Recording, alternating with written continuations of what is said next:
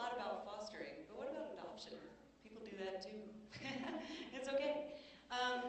One thing that I'm always confident in telling people who adopt from me is that A, every dog is different, and B, whatever the dog does the first few nights in your home is probably not what the dog's going to do during its whole life. I mean, getting a new home is stressful. Some of these dogs have lived outside their whole lives. Some of them have lived in cages. Some of them have been abused. So it takes time to adjust sometimes. So, and I do this. I'm so bad. I get a new foster dog, and the first thing I do is call the rescue and say, "What did you send me?" The next day, they're like sleeping on my pillow. So this next story is about a dog who maybe was a touch difficult at first, but I think the author would say that it's been worthwhile. Classified ad. 11-month-old golden retriever, free to good home, crate included. My husband Paul and I had 3 rescued cats, but I wanted a dog. I grew up with dogs, but Paul had not, so he took some convincing. There were no more excuses. We no longer lived in an apartment. We had a cabin with a small fenced yard. My boys from a previous marriage were grown, and since Paul was traveling frequently for work, I was lonely. My last dog had died shortly before Paul and I met. Over the years, I'd scanned the classifieds for a dog and picked up the phone to call, but never did. Finally, now I could follow through. "I'm calling about your ad for the Golden," I said. The guy on the other end replied, "He's terrible, but if you want to meet him." Apparently, the man's ex-wife had given him a puppy as a surprise Christmas present, but they had never bonded. He said the dog had bad hips, was fat, untrained, and terrible. I probably wouldn't want him. I insisted on meeting him anyway. I told Paul I was going to look at a dog, but that was it. Nothing about the bad hips. In fact, I didn't tell him anything that the guy had told me. Instead, I just described general positive attributes that would convince my husband we would adopt this golden boy. After work, I went alone to meet my new dog. I followed the perfect brick path to the front door, where the man asked me to leave my shoes. It was winter, and apparently he didn't want anything tracked in. He led me through the immaculate living room, carpeted in white, past the little Scotties that were allowed in the house, and down the stairs into the damp basement. As he opened the door, he said, "He'll probably hump you. He's a terrible dog." Sure enough, as I stepped through the door and onto the cold concrete floor, I was practically bowled over by a huge golden barreling towards me at full speed. As he humped my leg and chewed on my forearm, I looked around the sterile room, bare except for a dog crate, food bowl, and water bowl. Through the sliding glass doors, I could see that the Scotties had a wonderful yard to play in, so why was this golden stuck in the basement like this? There was no way I was leaving him there. I said, "I want him." I leashed him, and up the stairs we flew.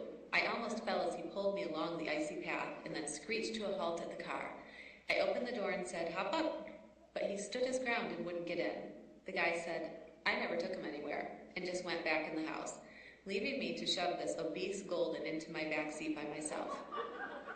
I left the crate on the sidewalk, drove away, and in less than a block had a happy dog in the front with me, head out the window, loving life. Since Paul was working in town that week, I stopped at his job site to introduce him to his new dog. With me on the end of the leash, the dog dragged me, slipping and sliding through the mud. He flung me through the door of the unfinished home edition my husband was working on, and we came to an ungraceful stop at Paul's feet. Shocked, Paul appraised his new overweight, unruly, and matted golden. The poor dog was so fat that his belly rolled from side to side when he ran. I said, "Hi, honey, here's our new dog." Should I have described him a little more accurately when I asked Paul if we could take him? Possibly, but oops, too late, he was ours. We named the dog Pierce, after Pierce Brosnan, as Paul is a huge James Bond fan. Mr. Brosnan was an appropriate namesake since he, too, had a rough start in life, but stuck it out to be a successful, happy man, and pretty nice looking, too, just like our Pierce turned out to be. During his first few months with us, Pierce tore up t-shirts, chewed up a couch, stole apple pies, distressed cats, and peed on beds. No shower was complete without Pierce either in it with us or tearing down the curtain to make sure we were there. 4 years later, Pierce hikes and swims and loves all the things that any golden should. Instead of shredding t-shirts, he chews tennis balls and plays endless fetch, which has helped him shrink from a hefty 135 pounds to a healthy 86 pounds. I love my formerly obese, unruly, arthritic, hip dysplasia affected, barreling humper and wouldn't have him any other way.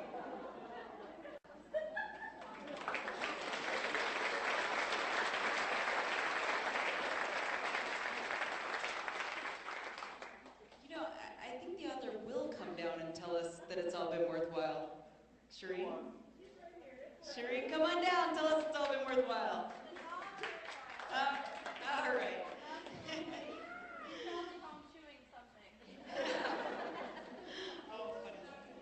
And he goes to dog daycare, okay. Well, Shireen, are you going to come down anyway? I'd like to invite all of the people, one person from each rescue that's here tonight to come down and just say hello. So we're going to have a little fun. Wow. Thanks for coming, you guys. Can we have a round of applause for our rescuers? Wow.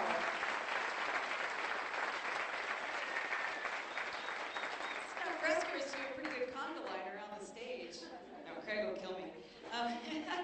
So I'm just going to go down the line, and I'd like you to please...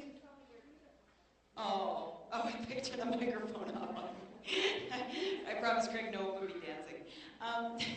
So I'm going to go down the line, and I'm just going to ask you your name, the rescue you're with, and please tell me your favorite breed and how many of your breed it takes to screw in a light bulb.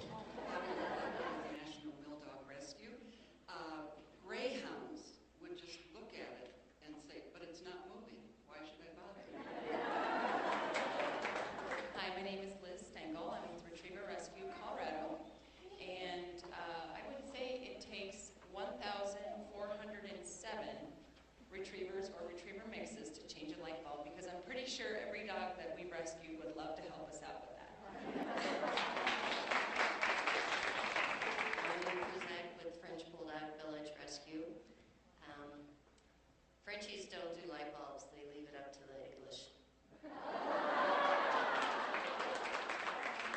My name is Haley, and I am with the Basset Hound Rescue, and it would probably take 0 because their legs aren't long enough.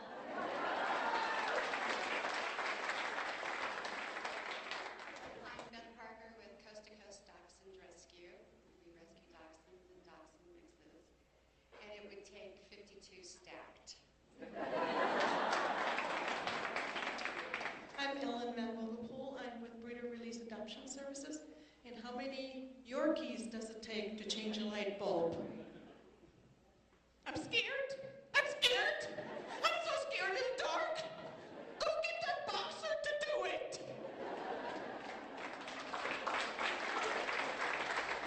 I'm Tanya with Colorado Shih Tzu Rescue, and I would have to say that it takes a shitload of Shih Tzus to change light bulbs. I'm Lindsay Condon with Big Dogs, Huge Paws, and we do all giant breeds, but the answer we got from one of our volunteers, or the question we got was, how many Mastiffs does it take to screw in a light bulb? One with their big droopy eyes to convince some passerby to do it for them.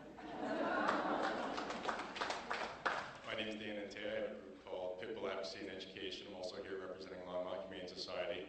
The dog I would have to go with is Pitbull, and I'd have to say 4. 1 to hold the light bulb in place, and 3 to spin the ladder.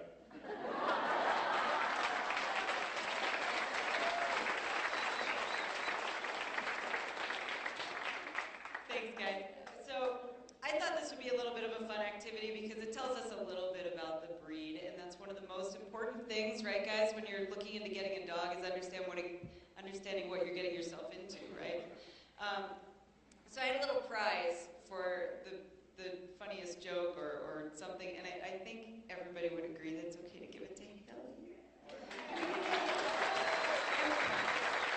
This is a great book by Dr. Nancy Kay. It's called Speaking for Spot, and I maybe flipped through it a little, but I was supposed to give it away. And I really like the book. She's a veterinarian, and she has a lot of interesting perspectives on dogs and having a dog and how to behave with the dog and all those things. We're also going to donate $25 to Basset Hound Rescue for him. Yay.